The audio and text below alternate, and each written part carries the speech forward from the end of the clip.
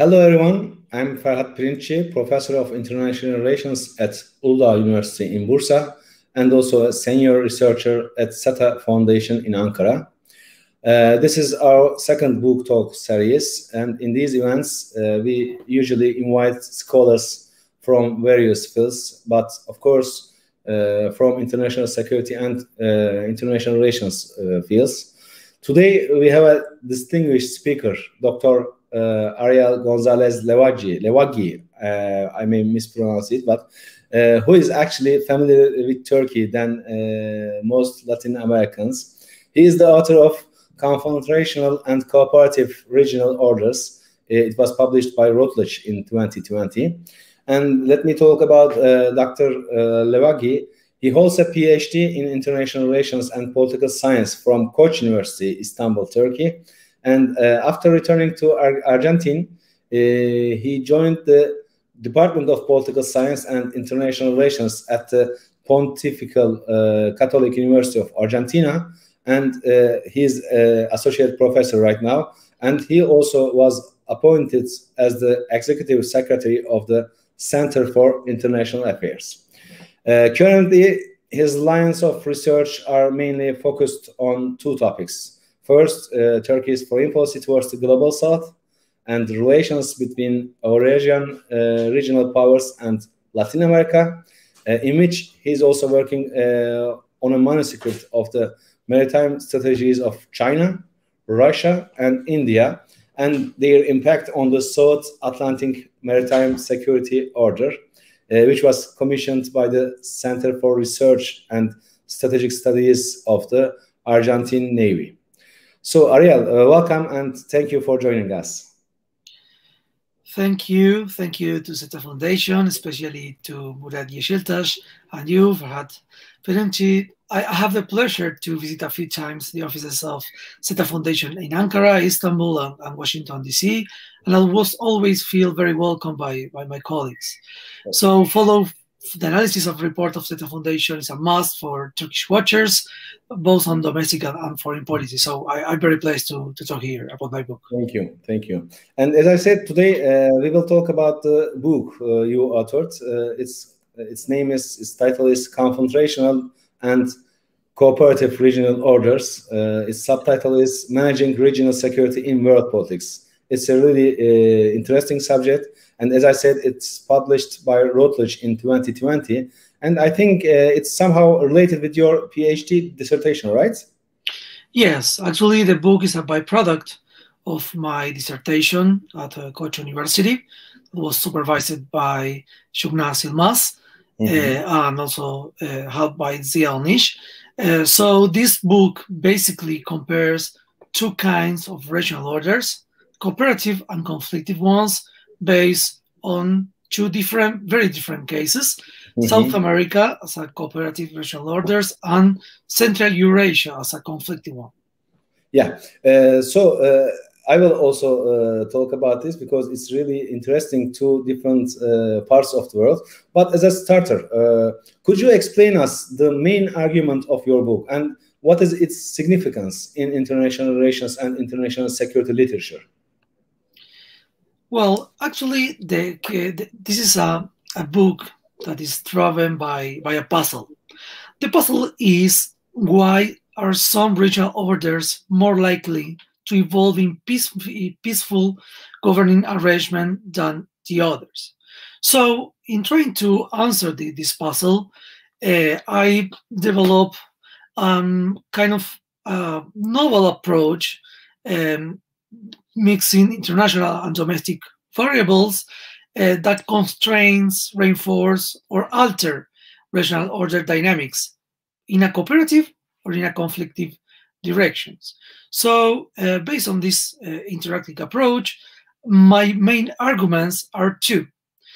First, to understand the cooperative direction in regional orders, soft engagement strategies for extra-regional great powers. We're talking about basically about the US, but also about the European Union or China.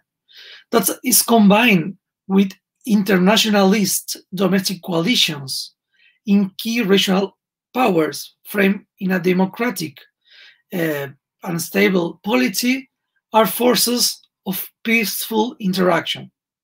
So we have like systemic factor and also domestic factors that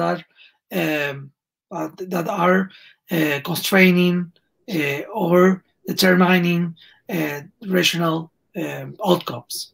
Yeah. The second argument is that hard engagement strategies, I'm talking about, for example, military intervention, from great extra-regional powers mix with nationalistic coalitions and democratic backleading in key regional powers. This presents negative outlooks for regional cooperation. This is something as an answer that came up after this research. This is my answer. This is not, of course, the final answer. So I am very pleased to engage in discussion about these arguments. Some are very working about it. Yeah, dealing with the theoretical structure, as you said, it is a novel approach indeed, and you present a regional transformation with a different approach. It's called interactive approach.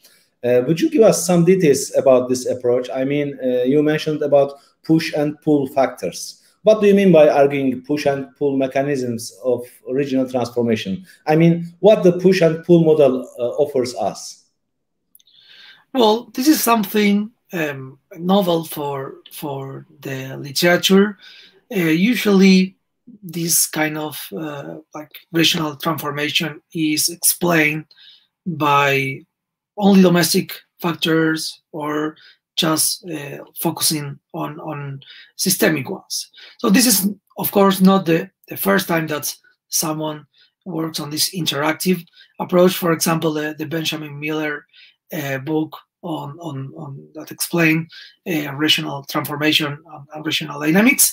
But this is something like unique in terms that I select like a systemic factor that in some sense like pull from from global to regional levels of analysis, and in that sense this factor is the role of extra regional great powers. As I said, usually is the US, but also China and the European Union and even Russia have some word about it. At the same time, a push factor that is basically grounded on the domestic coalitions that have a more close nationalistic approach or more open internationalist like guidance towards foreign policy. So this is something of that was grounded on like a framework that is not very utilized in IR discipline, but normally is very useful for understand communication studies, that is push and pull framework. I feel very comfortable with it, with this framework that allow to understand regional dynamics in a more proper manner that the literature used to do. Yeah, and also in the third chapter, you examined the Central Eurasia, which is not so frequently used in Western literature, Western IR literature. So let's start from Central Eurasia. What is the borders and limits of this region? How do you limit this region? And if available, as far as I can see in your book, you classified with subregions, 3 subregions. What are the subregions, and why did you define this region? And why did you take as an example in your book? Well, this is a very interesting question. I will refer to the source of inspiration of this book. This is very related to the case selection. There was three sources of inspiration about this research. First, my personal history as an Argentinian Latin American who chose to specialize about the Middle East and Eurasia area studies, focusing on Turkey, and studied a PhD not in US and Europe, but in Turkey. Second, the guidance of my supervisors that encouraged me to compare non-Western regions. And this is very interesting because we usually have a lot of research like dealing with what is going on, for example, in the European Union, and how the European Union as a model. Well, this is something to compare those who are not follow this pattern. And third, and this is specifically research related, I was astonished by the rational dynamics differences in both regions. So I have the chance to live in Turkey from 2014 to 2017. And were very tough years. The developments in the Syrian civil war, the Black Sea dynamics, terrorism, the fight of the dead of 15 July, and the troublesome. So you experienced a lot in Turkey, huh? Yeah, and I think this is one of the tough years of all the Turkish Republic. So yeah. I really experienced, for example, the 15 July.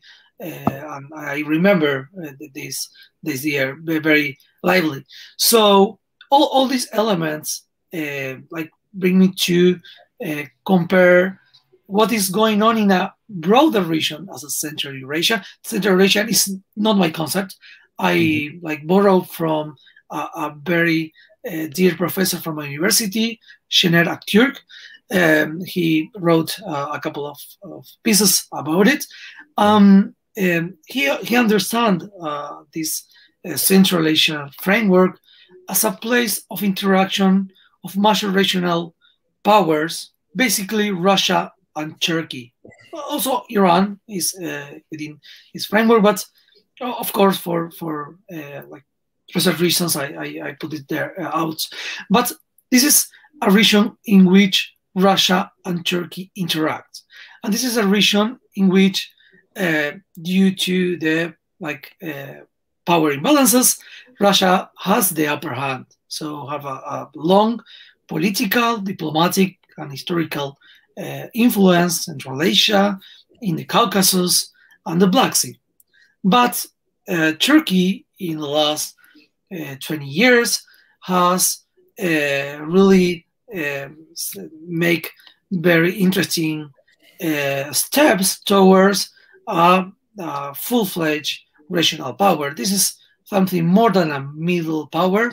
I think I perceive that Turkey has a lot of bets in all these regions and interacts sometimes in a very good manner, sometimes like in a very competitive manner with Russia.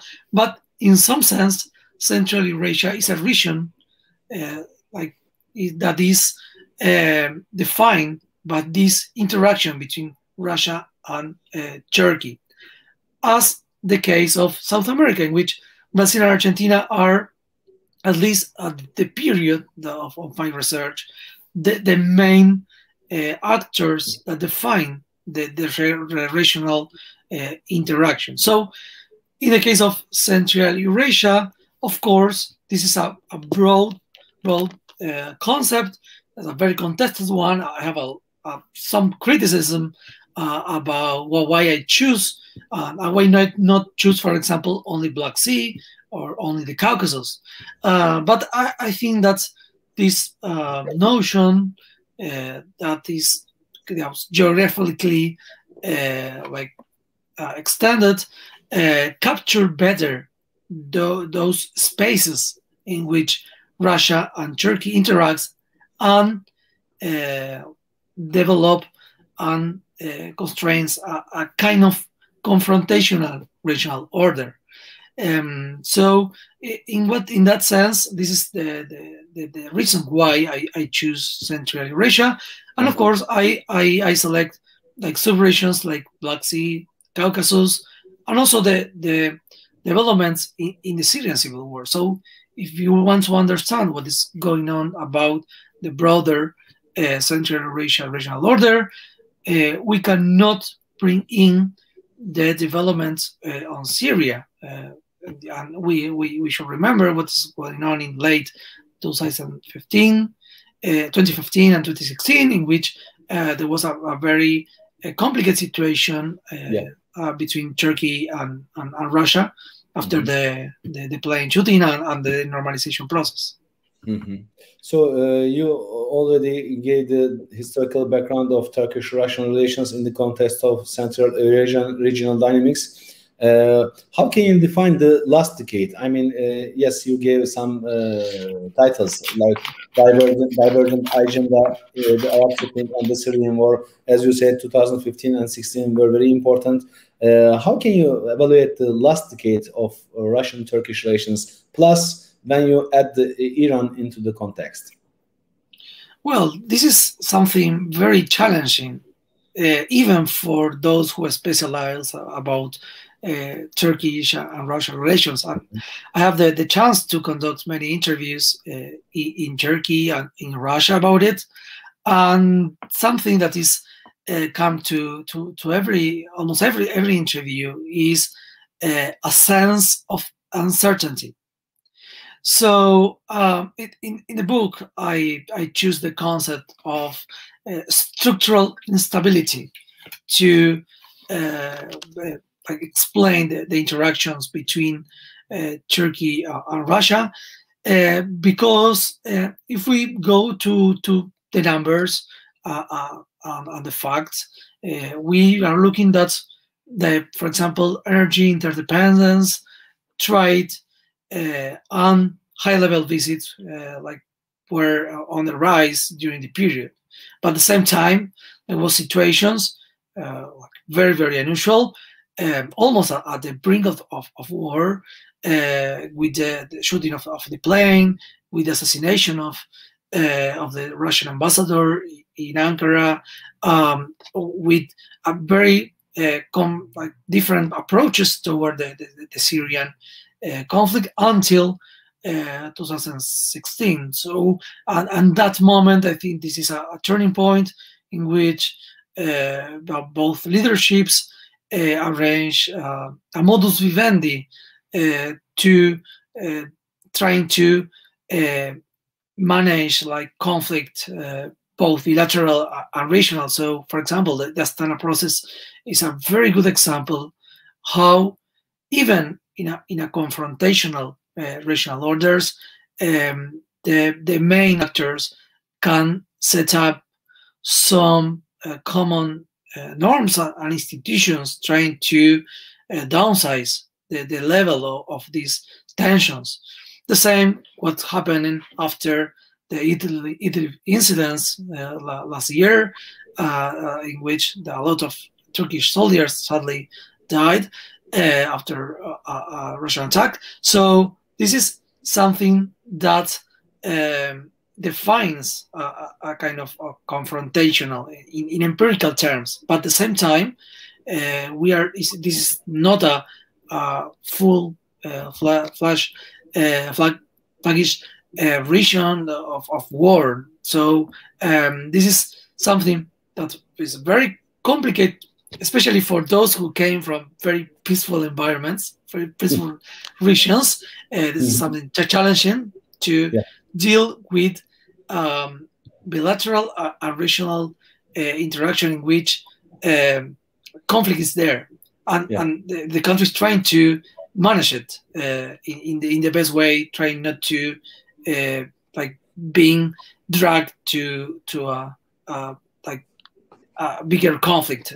And also at the same time, this is quite important, the role of the United States and the role of external powers or actors like the European Union is very critical, because balancing practices, military intervention, support for non-state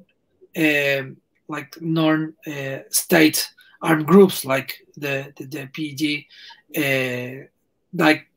can destabilize regional order. So in that sense, we are talking about two key and important regional actors like Turkey and Russia, but also we have taken into account the role of external actors and how it impacts in regional security. Yeah, and now let's go to a different and distant case you select. It's South America, and as you write in your book, in the 4th chapter, you focus on the interactions between Argentina and Brazil, and taking into consideration how push and pull factors shape bilateral relations and regional dynamics in crisis management and regional institutionalization. So when you take the Argentina and Brazil, and when we think out of the box, how do you compare the historical backgrounds and the current relation of Argentina and Brazil? And of course, the impact on regional context. Yes, the South American regional order went through a great transformation in the 80s, where both Argentina and Brazil moved from dictatorships and authoritarian regimes to democratic. But at the same time, they decide to cooperate on the hard agendas, for example, in nuclear issues.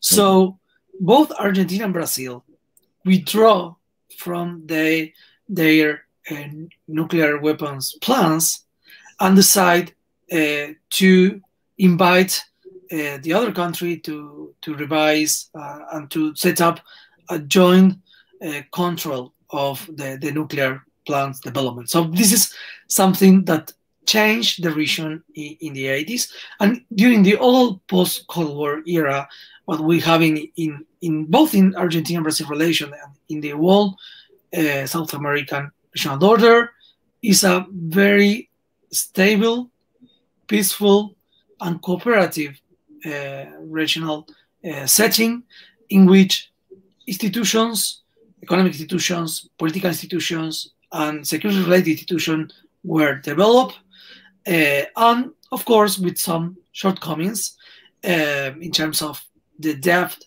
of this of the regional institutionalization. But at the end of the day, both countries remain as strategic partners. They develop common institutions. At the same time, have, as we cannot say in the Central Eurasia, a common regional order vision. So they portrayed the region as democratic, as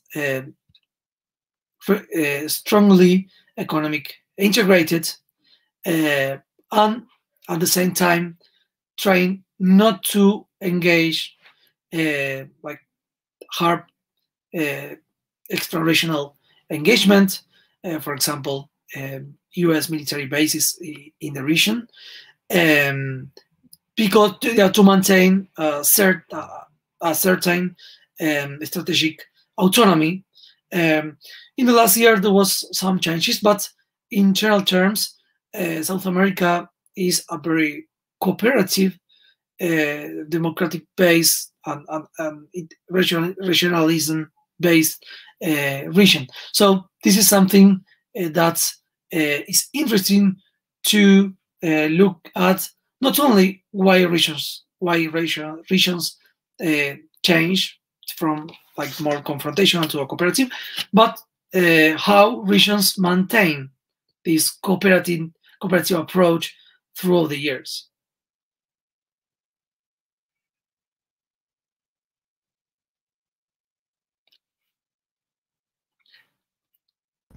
Evet hocam, mikrofonunuz kapalı. Sorry, my mic was off. Since it's a live broadcast, people can watch live and can direct their questions on YouTube and Facebook. So there is a question about China's role. I mean, he asked as what kind of challenges we can describe from China to global security. But I will change the question or transform the questions. What is China's impact in South American regional security system? How do you consider it, as a challenging intervention, or as a as a pull factor, or as a, I mean, intervening determinant? How do you see China's impact? This is a very challenging question, because nowadays one of the main discussions in Latin American foreign policy is about the extent of the Chinese hegemonic challenge in the region, so especially to the US. So in my book, I argued that regions matter for world politics, especially in the post-Cold War era. So I am not in line with the proponent of a new bipolarity, but there are many in Latin America nowadays. And I prefer this like multipolar approach to understand world politics. But we should take into account that the increasing global competition is producing a kind of centrifugal effect that is pulling regional apart and making regional orders less regionalized and more penetrated by extra-regional powers. So this is an argument for the conflictive regional order, but also for the cooperative ones, especially South America. And this is something that I'm working right now on, especially on the maritime strategy of China and the impact of the South Atlantic. And we are looking that China is like behaving more assertively throughout the region, especially not only in terms of economic investment on financing. That nowadays, for example, China is the second larger trade partner after the US, but also is having more and more presence in military and security. Still is shy, but for example, like space, like station for deep space research has been located in Argentina after some agreements in 2015. This is something that is supporting the long-term Chinese special plan, but at the same time, this can be used dual, for example, for like telemetry of missiles. This is one of the examples. The other example is the joint project with Brazil in terms of space development. Something that is very similar what is like doing Argentina and Turkey, but have more years of experience. They build a lot of satellites and they are putting in orbit. This is only two of the examples of something that is coming up, and that can be destabilizing for regional security, especially if one of these countries of the region decide to play the balancing game against the US. There are some concerns in Washington about it. I think some of them have some ground.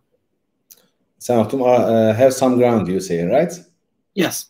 Yes. And in the 5th chapter, you use three important key words: transformation, autonomy, and authority. So when you compare both regions, I mean Central Eurasia and South America, what are the similarities and differences? I mean, do you see or do you find any similarities or difference? And when you consider in the long term, can you see any similar trends for both regions? Well, thank you for the question.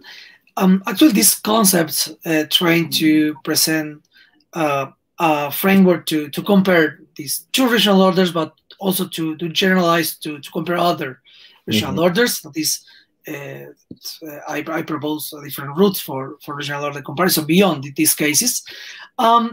in terms of transformation, I think there was a great transformation in the South American case. There wasn't in the Central Eurasian case.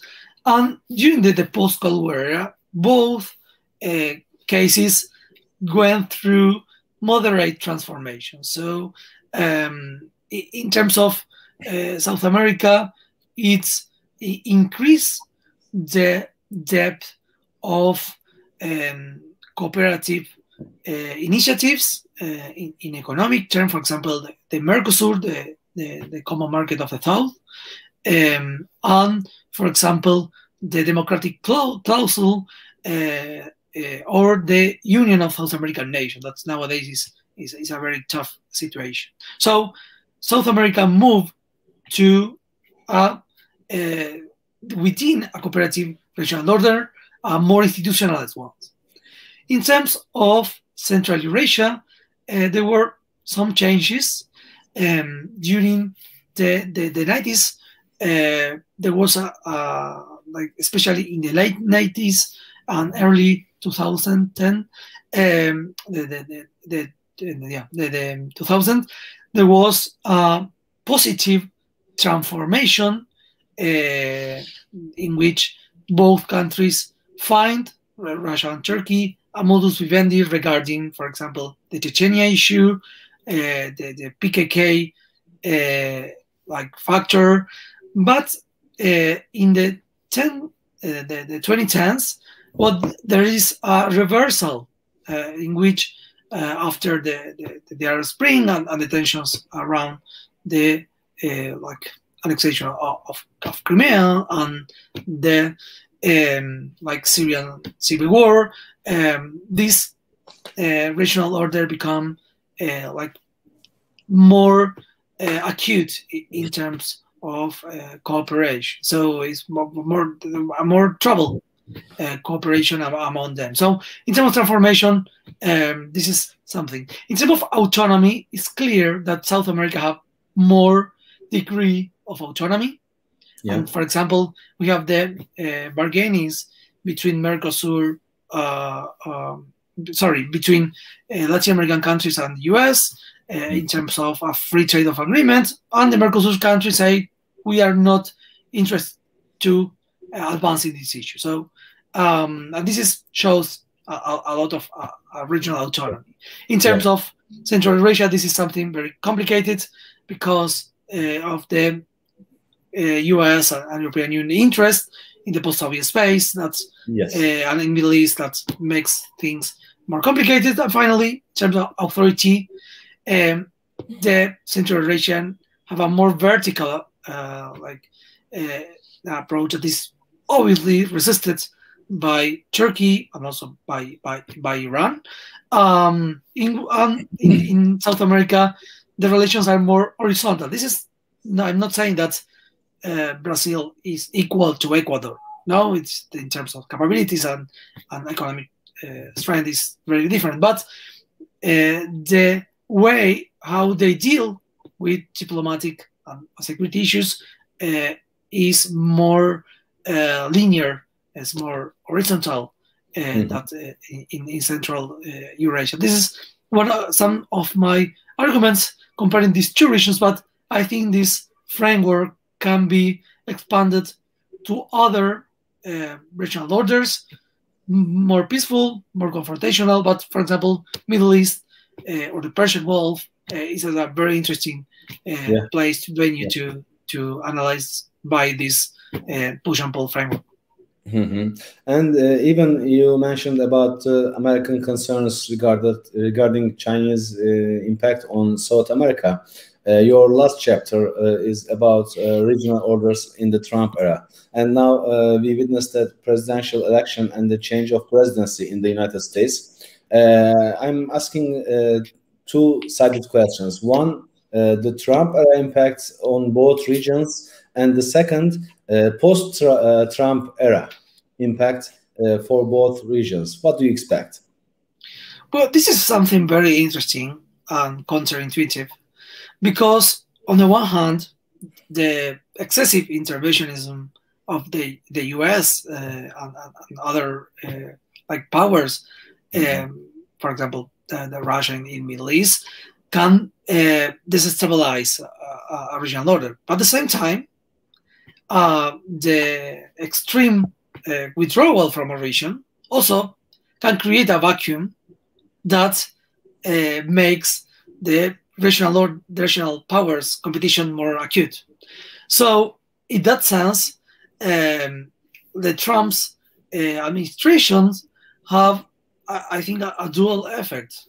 On the one hand, his withdrawal from most of the world affairs. The Trump administration was one of the first in which there was not a formal war, formal armed conflict in which U.S. troops on the ground beyond the current presence in Afghanistan, Iraq, and Syria. But this creates a perception on the regional powers that they can deal his own business, his own regional business, without having the U.S. interest like so present. So this is something interesting because there was a series of developments in the Caucasus, in Libya, even in Syria, in which the conflict management was basically arranged not by the role of the US or the European Union, but by regional powers, including Russia and Turkey. Turkey played a key role in, for example, in Libya and in the second Nagorno-Karabakh conflict.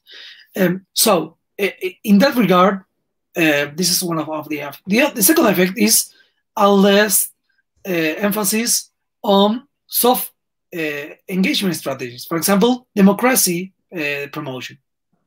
And in that sense, this is something that in the long term, I think, will affect the prospect for a transformational change in not only in Central Asia, but in other regions.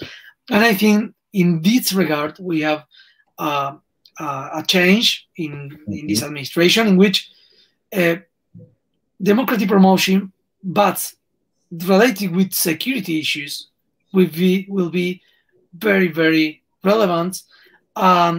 This will create both some relief for those actors who are interested to implement democratic reforms, but at the same time, it will create some problems with the recurrent issue of regime change. So I have not a straightforward answer about it. This is one of the interrogants, of my book, and I think there is not a final question, a final answer about it. Yeah, thank you, Ariel. Thank you for joining us, and congratulations for your book. And by the way, I may miss it, but Ariel González Levaggi is the first Latin American, I think, who earned a PhD in Turkey, right? Yes, this is what I look after, and I think I'm the first. So I'm very glad, and also it's a very important responsibility. Yeah, it's an important privilege, I think, for us. Also, he is a Turkey expert. Who introduces or explains Turkish politics in Argentina and in South America. Thank you for your contribution. I wish you good luck on your upcoming works, particularly on maritime security, maritime strategies of China, Russia, and India. Hope to host you again with a different occasion. Let me remind all the audience that Dr. Ariel González Levaggi's book is Confrontational and Cooperative Regional Orders. It is published by Routledge in 2020, and I recommend everyone to buy and read this book. Thank you for joining us. Thank you, Ferhat. Thank you, SETA Foundation. It was a pleasure, and I hope to see you in person in Turkey. I hope so. After